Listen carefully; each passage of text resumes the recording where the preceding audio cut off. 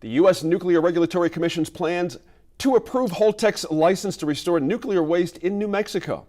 The private company has been working on that for a few years now, despite opposition from most of New Mexico's political leadership. Our land executive producer Laura Paskus joins us once again to talk with State Representative Angelica Rubio about the project that would have our state take on nuclear waste from power plants all across the United States. Representative Rubio, thanks for joining me today. Yeah. So as former chair of the Interim Committee on Radioactive and Hazardous Materials, you were part of lots of conversations about Holtec. Now the U.S. Nuclear Regulatory Commission has announced that they plan to approve the company's license. Is this project a done deal for New Mexico? Thanks, Laura. So from a process perspective, it isn't the end of the road. There's still a number of steps that need to be taken. But what happened last week is that the environmental impact study was approved. And so I think that there's just a sense of urgency from a lot of us who oppose it, because it was the step that we thought would have really sort of ended this whole conversation. And instead, it's becoming more and more, I guess, real that this project may actually happen. Yeah, so in that environmental impact statement, the NRC noted that Holtec, which is a private company, plans to bring 10,000 canisters of nuclear waste from commercial power plants from across the U.S.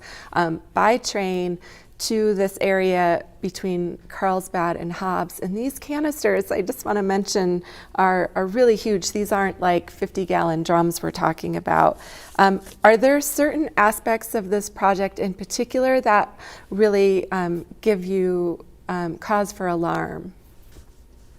Yeah, I mean, I think overall the project is very alarming, just because the legacy that we've had here in the state with these types of industries really impacting frontline communities, that to me is very troublesome. But I think as someone who chairs the Transportation Committee and sees a lot of the projects that are happening around the state, rail is not one of the pieces of infrastructure that I think we are up to par to be able to sustain something like this. The company Holtec doesn't have any idea when I mean, like the end time. I mean, there's years and years that have been discussed around how long the canisters will be held in New Mexico, but there's like no end date. And that to me is very problematic.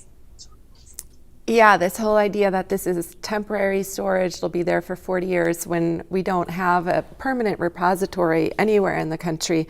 I was looking back, earlier this year, the Washington Post wrote about New Jersey's Oyster Creek power plant, which Holtec now owns and is decommissioning. And the reporter wrote that in nearly 3 years that Holtec has owned Oyster Creek, regulators have documented at least 9 violations of federal rules, including contaminated water mishap, falsified inspection reports, and unspecified security lapses. Do we have a sense even of what this company's security or track record is like, safety record is like, and what kind of a relationship the company would have with the state? Yeah, I mean, I think that the issue that we're facing right now, and because it is a private business, is number one concerning for me, because we don't, it's really unclear the kind of how we'll actually be able to I mean, it's really tough to say. I mean, this is, I think, what's scary about this whole process is that because it is a private company, we may or may not be able to have the kind of oversight that I think is necessary, and that's a really big risk for us as a state. And I think what's so frustrating for me is that as people are so desperate for economic development opportunities, that they're willing to go this far just to create some sort of job that people may or may not be able to actually benefit from. Yeah, it's so interesting to kind of watch this play out. And I'm curious, what your thoughts are. Why is New Mexico the place that has to take the rest of the nation's commercial nuclear waste? It doesn't make sense to me. I mean, I think it goes back to, as I mentioned, the legacy of the state. We have a tendency to do this. This is what I don't feel like we have another type of, we don't have imagination for something else other than to create jobs or to develop jobs that are essentially poisoning our communities and destroying our planet. But like, those are the things that we have basically centered ourselves in. And so I think for me, this is just frustration that I feel.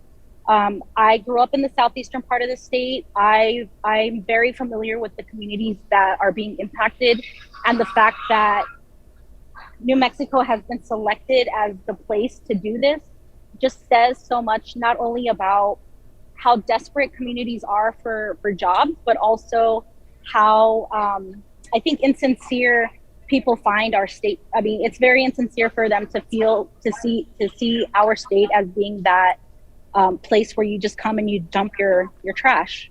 Yeah, this project, the governor is against it. The New Mexico congressional delegation is against it. The state land commissioner, lots of public outcry, many state legislators, and yet the federal government is still moving forward. The private company is still moving forward. Can you talk about that? Yeah, I mean, again, I think it just goes back to the legacy. This is where the atomic bomb was created. This is where families, communities like the Downwinders have still been impacted, are still being impacted by all of that testing.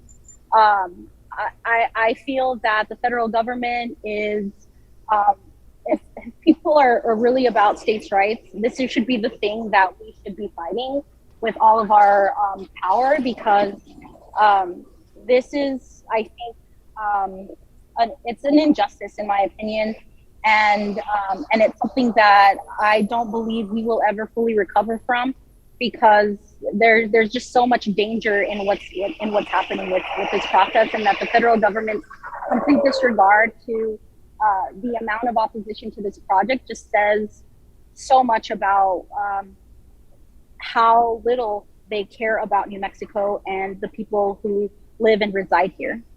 All right. Well, Representative Rubio, thank you so much for joining me today. Thanks, Laura. I appreciate it.